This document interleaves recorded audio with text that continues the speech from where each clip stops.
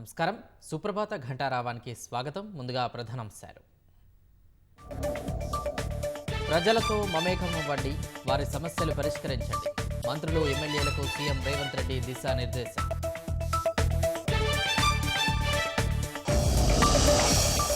రైతు భరోసా చెల్లింపులకు నిధుల సమీకరణపై సర్కారు దృష్టి. అందుబాటులో ఉన్న మొత్తంతో పాటు రుణాలపై కసరత్తు.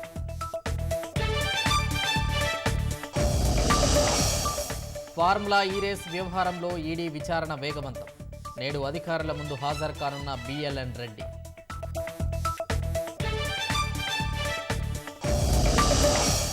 రాష్ట్రంలో నేటి నుంచి జనవరి 20 వరకు టెట్ పరీక్షలు.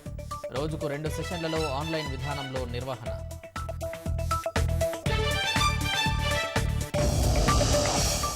అమెరికాలో కొత్త సంవత్సర వేడుక విషాదంలో ఉగ్రకోణం.